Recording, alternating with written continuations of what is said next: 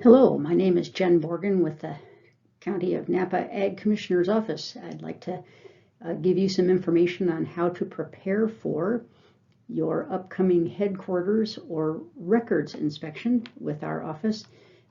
Hopefully this will help you understand what these inspections are for and what we will need from you. So why do we conduct these inspections?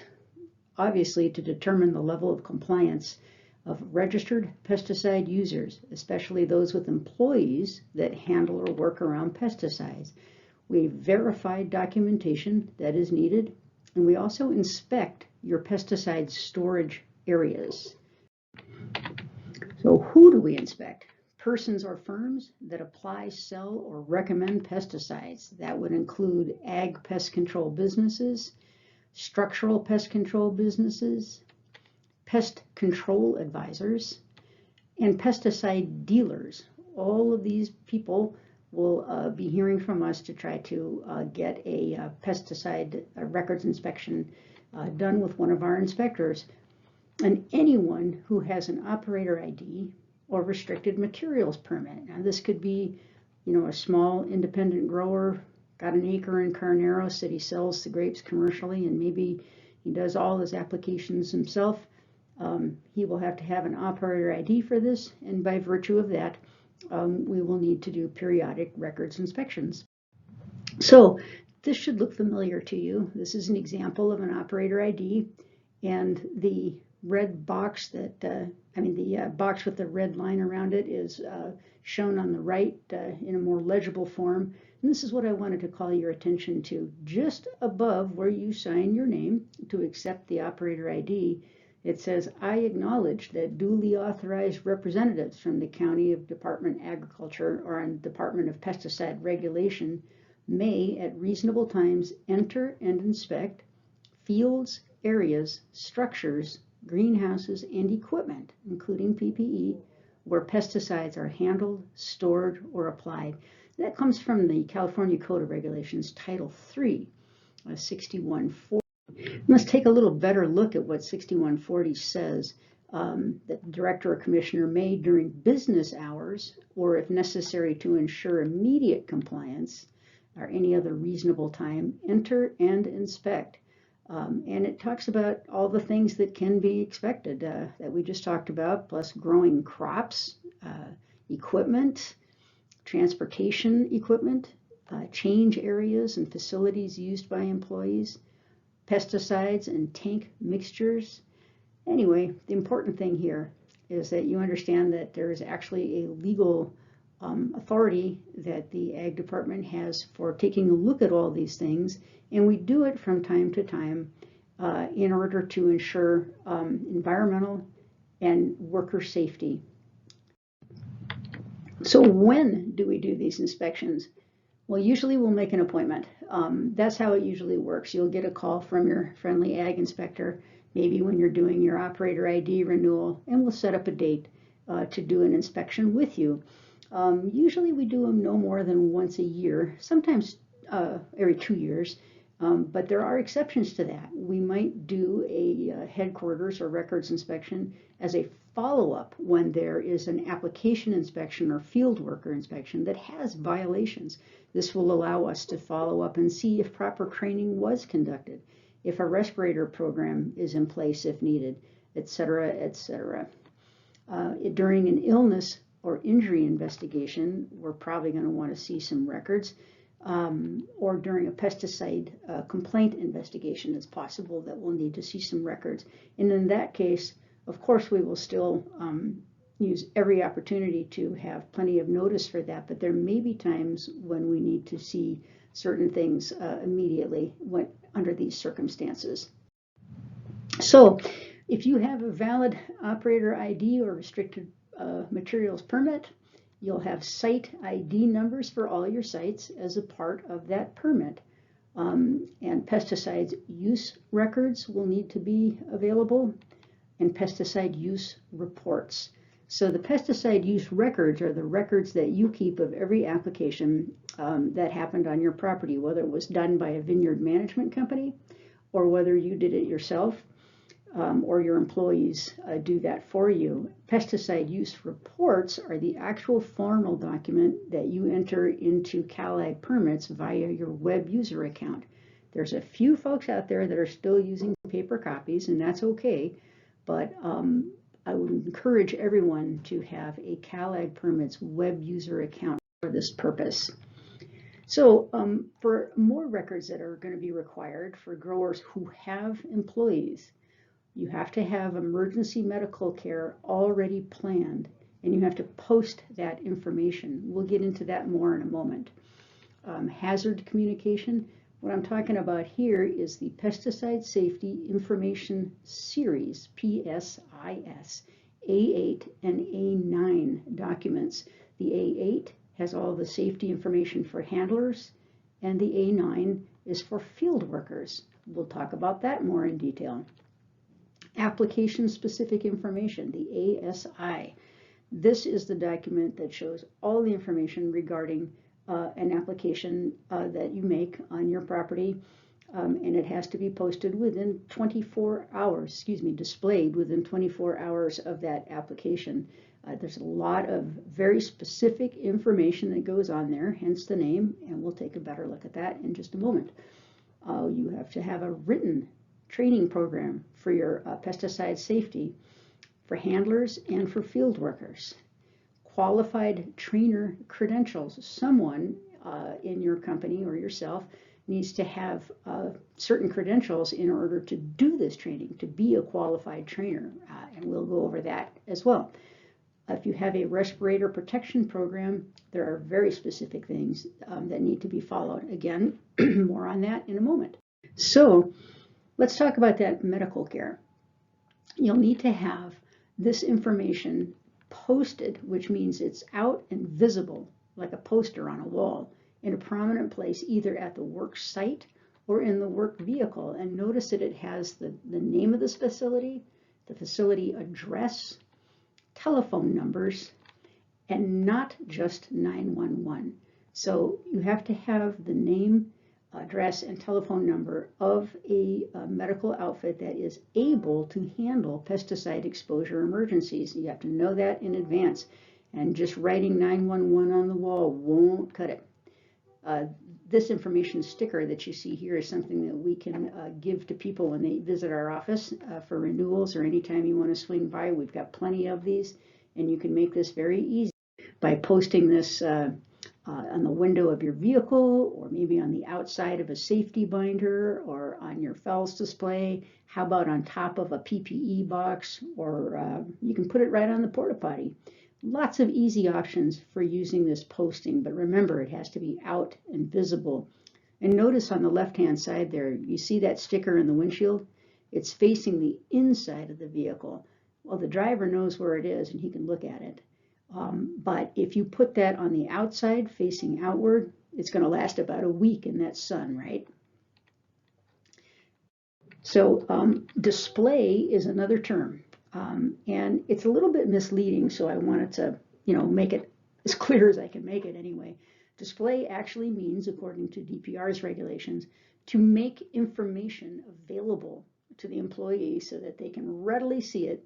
They can go get it during normal business hours without having to tug on anybody's sleeve or make a request of somebody's person. They should be able to walk in to an office.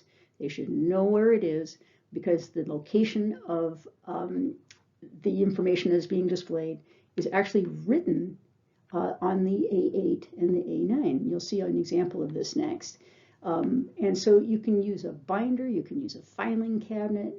Down on the left-hand side in the picture, you see the white tube that's very commonly seen in vineyards. Little caution point with that. These are notorious for getting a lot of water inside them, and within a couple of months, you've just got a soggy mess. So if you're going to use the white pipe method to display, make sure that you put that stuff in a baggie or something similar to that. So here's our A8 and A9, and you'll see that the information for medical care is written right on front. If you are displaying and posting these, then there's your medical display right there. So make sure that you have these where they need to be. the A8 for handlers, the A9 for field workers, displayed at a central workplace location or at the work site. So it can be in a binder, it can be in the white tube, but at any rate, the emergency medical information is the one that has to be posted, meaning you come up, you walk up and you can see it on the wall, on the board, something like that. An important distinction. I want to make sure that's understood. All right, appropriate pesticide use reports, PSIS leaflets again, and safety data sheets, SDS, should be available to handlers and field workers alike. Again, this is a display. So here is an example of the application-specific information sheet, and this is for the benefit of handlers and field workers. It has to be displayed, as I said, within 24 hours of the completion of a pesticide application. It's got a lot of information there. Look at all those boxes, right? It has to have crop site and site ID, application start and end date and time, restricted entry interval, EPA and active ingredient. And you should have an SDS for each of the pesticides applied. Now you are welcome to use this sheet here that we supply, which is available on our website, or you can make your own, but be careful. If you just use like a work order or something like that from a third-party software, you might not have all the required information, and when the inspector looks, they're going to be looking for each of these categories to be on the ASI. So please keep that in mind. You may want to download some of these sheets so that you know if you filled in all the boxes, you're good to go. So now, where do I display this thing? Well, on the A8 and on the A9, here's some more blank lines. And you can see that it says, oh, you can find information about recent pesticide use, meaning the ASI, at main office headquarters at Company Road in Napa. Okay, that works. As long as an employee can walk in and look at this thing and say, that's where I'm going to find my pesticide information. And here it is in the office. So who needs to be trained? What is pesticide handler training and who needs it? Obviously the applicators, right? They're the one actually doing the work out there. Mixers and loaders. But don't forget the mechanics. Really? Yeah. They're working on equipment that has been used to apply pesticides. Therefore, they are exposed to pesticides. That means that they also need to have handler training. So who is it that can do this training? Who is this certified person? A qualified trainer can be a private applicator.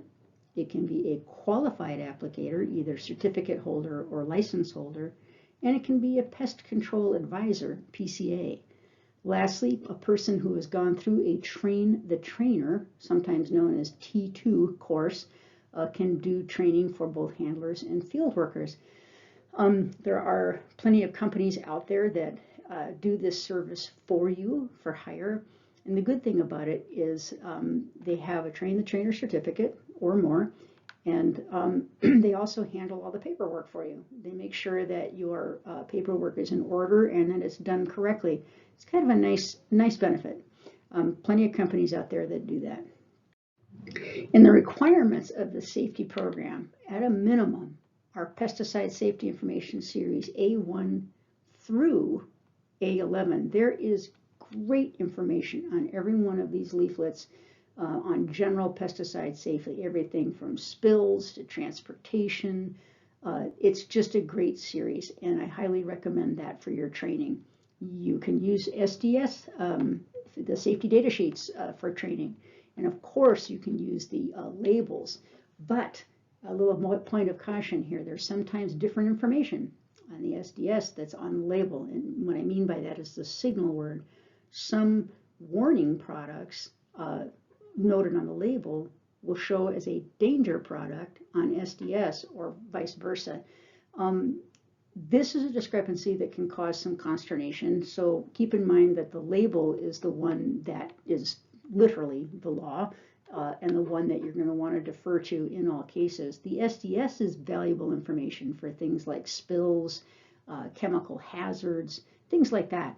but the label is kind of where the rubber meets the road for your applicators. And obviously respirator operating procedures, if that applies to your operation, and other resources, study guides like the PAC study guide, handouts, and of course videos. And a lot of material can be found with the Department of Pesticide Regulations website right here. So here is an example of a written pesticide training program form. And here is an example of the handler safety training record. Both of these are necessary. You can see that on the training program, it lists the materials that you used, lists, labeling from the following products, PSIS leaflets that were used, things like that. And then the right-hand sheet is what the inspector is going to be looking very carefully at. It shows all the training topics, and there's more than one page here, but they're very basic, and they all can be found on the PSIS sheets. And often you need to train everyone at intervals of 1 year. And if you have new pesticides, you have to train them on that too once you roll out a new product. And you keep those training records for the current year plus 2 years back. In fact, the current year plus 2 years back is kind of, the gold standard for pretty much every record we're talking about here. So if you just remember that one thing, all the records that you're required to keep, just make it current year plus 2 years back. You'll be in good shape. So who needs to sign this training record? It must be signed by the qualified trainer, and it has to be signed, of course, by the employee upon completion. And we'll double check this information with your employee roster just to make sure that everyone has been trained. One last point on this. It's extremely important that all the materials used in training is done in a language that can be understood by the employee, right? No brainer. But keep in mind that it seems like we're getting a lot of workers coming from the South that might be speaking a language other than standard Spanish. And you need to be very careful with these folks. And you might have to have one of your other employees serve as a translator for these persons who are speaking different native languages. They must be trained in a language that they understand. So a poorly implemented training program obviously is going to create some problems for you, like the one shown in that picture. It's a pretty good drift, wouldn't you say? Poor or inadequate applications, or dangerous applications, dangerous for the applicator, for other people, animals, the environment. Very problematic. There might be fine actions taken. There might be damage to the company's image or reputation, of course. And don't forget, there is always the looming civil litigation and penalties that are possible through the Ag Department's enforcement programs. So if you need a respirator program, you have to have a complete program and ensure that the employees properly wear these respirators if they are required by the label, permit conditions, which we don't see much of here, regulations, or even just company policy. So a written respiratory program is required, kind of like what you saw with the written training program. It just simply outlines what you're going to be training these people on. Medical evaluations by questionnaire or direct exam are done for people on their initial entrance into a respiratory program. Unless something changes with an employee, this is usually done once. And by change, I mean maybe they develop asthma, maybe they grow a beard or something that's going to affect their ability to wear that respirator. Fit test records, fit tests have to be done every year. So we'll be looking for that in your records. And you have to inspect respirators, store them properly. And if you have a voluntary respirator program, you're going to need a voluntary use display. And I'll show you a picture of what that looks like in a moment. So this picture right here, I'd like you to go ahead, if you can, take a screenshot of that or grab your cell phone and take a picture of it. So it looks a little bit complicated at first, but this was supplied by DPR, and then we have these available for you. We can email it to you if you prefer, but this tells you everything that you need to run a respirator program. what you need, what you don't need, and why. It would take way too long to go through this in the video, but I want you to know that it exists. And if you have a respiratory program or you think you might need one, this is the document you need to see. Okay, everybody got a shot of that? Terrific.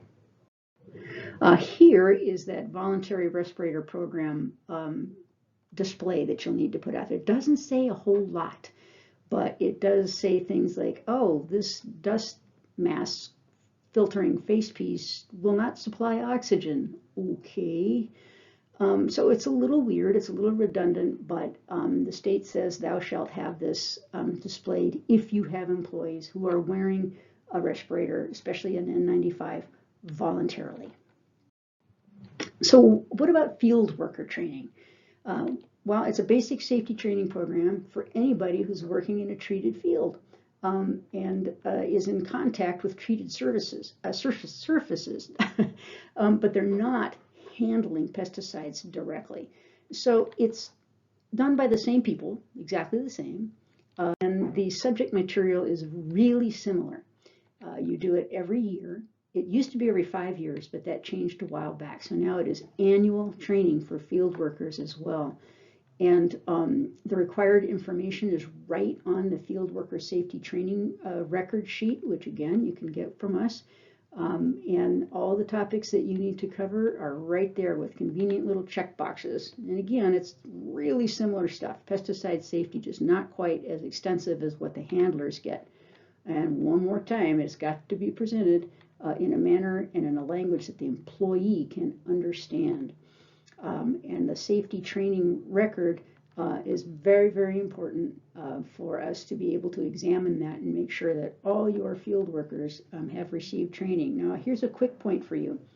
We know that with especially larger companies and FLCs that you've got employees coming in like for the first few months of the season kind of hot and heavy, and maybe 2 a day, maybe 1 comes in the next day, and it's almost impossible to get everyone fully trained as of the first day.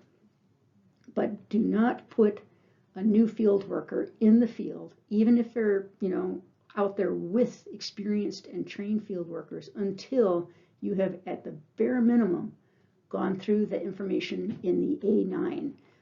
It can be done, fairly quickly, but it must be done prior to putting an employee in the field. And then once you've got, the majority of your field workers in for the season, then you can run your larger field worker training program. We do recognize that these larger businesses have a real problem trying to get all their labor in there, but you must not put someone in the field without getting this training in place first. Please remember that.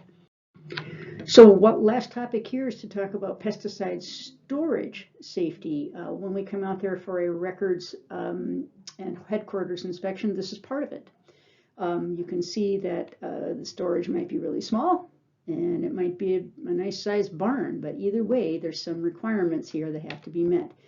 First, an authorized person, an employee, must maintain control over the pesticide containers at all times, or they got to be locked. That's it. I'll show you what I mean. So the pesticides on the left-hand side, think about 2 scenarios here. If this is in some vineyard, it's 200 acres, way out in Pote Valley, and there's a locked gate before you can even get into the vineyard, and they're out in the back 40 blocks applying pesticides, this would be considered maintaining control. But if this was, right next to the sidewalk on Solano Avenue, where there's lots of vineyards right there, right? And your pesticides get dropped off there and the applicator's leaving them there, that's not going to cut it. You got to lock them up. And you can use a box like the one you see on the right. Just put them in a lock box and we're good. But make sure that that box is posted. You see the poster on the top of the box? Let's talk about that one next. So if you have warning or danger products, you have to post the pesticide storage. If you have only caution products, you don't. But 2 things about that. It's very easy to miss one of those warning labels because a lot of the adjuvants that we use are actually warning products. So sometimes it's easy to miss the fact that it's a warning product. And also, even if you don't technically have to post it, say you've got a whole barn full of sulfur, don't you think it would be a good idea to post it anyway? I mean, you really don't want people wandering around in there, especially kids or something. So it's a good idea to post it regardless. And when you do, these are the elements that must be seen on the pesticide storage sign. This is important because there's a lot of signs made out there that do not have all this required information. It has to say danger. It has to say poison storage area. And the next two things can kind of have, as long as the wording is similar to this, that'll fly. It doesn't have to be exactly like this. And for instance, you can say all unauthorized persons keep out, or maybe it says authorized persons only. Kind of the same thing, right? We'll take that. And keep doors locked when not in use. That's it. And it should be visible pretty much from any direction of approach, and it should be visible at 25 feet. All right, so all pesticides should be stored with their proper labeling. They should be in appropriate containers. No putting leftover pesticides in Coke bottles, right? Containers should be triple rinsed, preferably with a couple of holes in the bottom. And please keep in mind that containers that are empty and rinsed should still be locked up. If you use an outside storage area for your empties, put some chain link around that. It needs to be 6 feet and it needs to be locked. All right, lastly, personal protection equipment should be kept separate from pesticides and never store it together. It should be in its own space. It should be nicely organized and clean, right? Okay.